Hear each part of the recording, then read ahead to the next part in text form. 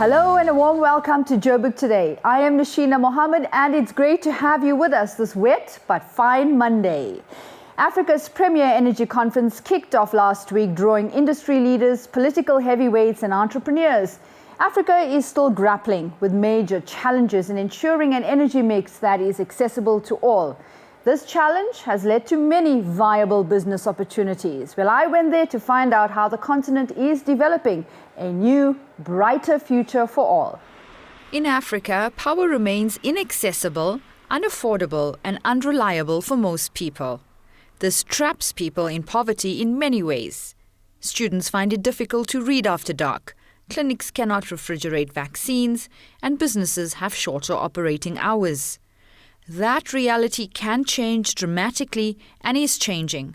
There are inspiring talks taking place here at the Africa Energy Indaba 2017. It's been very interesting this year because there have been a number of side events apart from the main event, and the side events have been looking at gas, which we know is something that South Africa is very keen to introduce into the energy mix in South Africa. There's a whole nuclear forum going on, and we know the controversy around nuclear, so it's very topical. IPPs, there's a hot day on IPPs, and then there's another day on the energy mix for South Africa, which links to the debate that's going on in the country right now with the integrated resource plan. So those are the side events that are embracing the overall Indaba. And then in the Indaba we have many panel discussions on issues like renewables and financing and human resources and skills. Innovative solutions are flourishing everywhere in Africa. Technology is transforming very rapidly, and this means a new future in meeting energy needs. Here's a great way to save on petrol costs. We are offering a cheaper alternative fuel source to petrol, all right, which is R8.99 per litre. We are also offering an eco-friendly energy source, a cheaper energy source and a safe energy source, where it lasts longer in your car. Your car could actually last longer, from all your components in the car could last longer as well. And then what we do as well is that every 6 months we do service your car. For every 6 months you bring your car to us, we'll service your car if it's running on natural gas for free. All you have to do really is to bring your car to us. We will convert your vehicle. It takes about 5 to 6 hours to service your vehicle to run on natural gas. We install a kit inside your car, which is including injectors, a switch, and an RCU, which actually checks the balance between petrol and gas. And then we install 2 cylinders in your car. Those 2 cylinders, to fill them up, it will cost you about 285 Rand, which you can do about 300 kilometers on them. Solar energy is regarded as a viable solution, especially when it comes to accessing remote locations to meet their energy needs. Solar power has the ability to alleviate many of the problems that face Africans every day. It's gaining momentum particularly in Central Africa. I mean, North Africa was always quite well endowed with solar energy projects. They committed a long time ago. It's flowing through in Central Africa, and now it's in the last 5 years in South Africa. We've been getting the IPP bid windows that have been happening, and we're getting solar projects that are coming in here. But what's really where it's starting to make a difference is we're getting a lot of small home-based level solar systems that are coming into the villages and the rural communities and are driving energification in that area.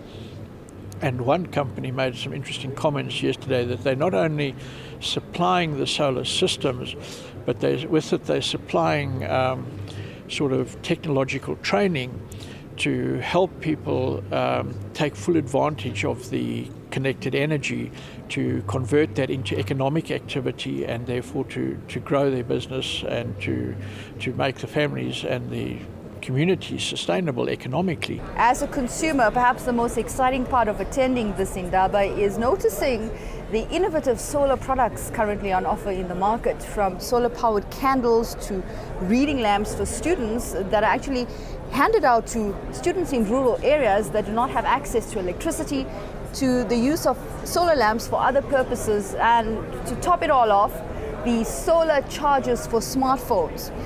This is quite a treat. It feels like I'm a kid in a candy store looking at all these amazing products on offer. We try to pride ourselves in very good products and so forth, and make sure that the products give them longevity and last as long as possible. Obviously the lighting should be comfortable to read and so forth, like your security lights, your garden lights to light up the house and so forth. And then for your rural areas, we work more on your lighting for them, because most cases people have to travel for lighting or using candles. We provide them with solar candles, which should be cheaper in the long run. These products also bring convenience to consumers in many ways, even if you're not living in a rural area. A lot of these products are very appealing and provide practical solutions to all kinds of challenges. Nishina Mohammed for Joburg Today. Hello everyone, my name is Kanyam Kangisa and you are watching Joburg Today. Like us on Facebook, joburgtoday.tv, and follow us on Twitter at Joburg Today. No longer just for celebrity eco-warriors, electrical vehicles are slowly making their way into South Africa.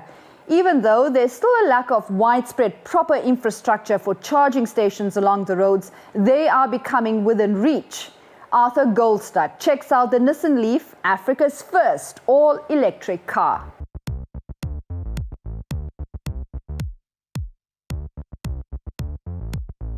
Of all the gadgets I've ever reviewed, this must be my favorite, if you can call a car a gadget. This is the Nissan Leaf, the first all-electric car available commercially in Africa. The real revolution here is that you charge this car at home. You plug it into your power point in your own home, in your garage if you have a power point there, and you charge it overnight for about 8 hours. And for that, you get about 150 kilometers range. So it's not intended for long trips, but great for riding around town. And you also have emergency charging points if you suddenly feel you're going to be running out of power before you get back home again.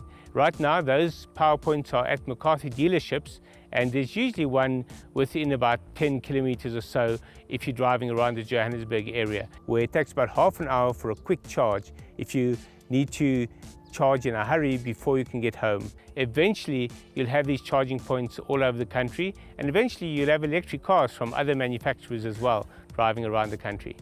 Let's have a look inside. What I love about this car is all the gadgetry built into it. For example, the information panel, which can display anything from maps to trip information to the rear view scene when you're reversing. So right now, for example, it's displaying energy usage, and it tells me how many kilometers I have in terms of estimated range, but also what impact it will have if I turn on the air conditioner, or what in civilized circles they call climate control. But what's great is that it tells me exactly what impact that kind of thing will have. Of course, the faster you drive, or the more stop-start and jerkily you drive, the less range you'll have as well. And the more economically you drive, and the more, you could call it eco-sensitively you drive, the longer your range will be. I just want to show you what happens when I go into reverse. I have a camera telling me what's behind me, showing me what's behind me, but also illustrating the danger zones. If I reverse in a particular way, or if I get too close to something, it turns red and tells me I'm going to hit it. Where it's orange, that's kind of my safe zone at the moment. Here's one of the coolest things about the information screen. It opens up, and here you have a little opening for an SD card that contains your mapping information. So once your map is out of date, or you want to update it, you can plug this into a computer and download the latest maps from the internet, as opposed to relying, as cars used to, on the mapping that you're stuck with on your navigational system in the car.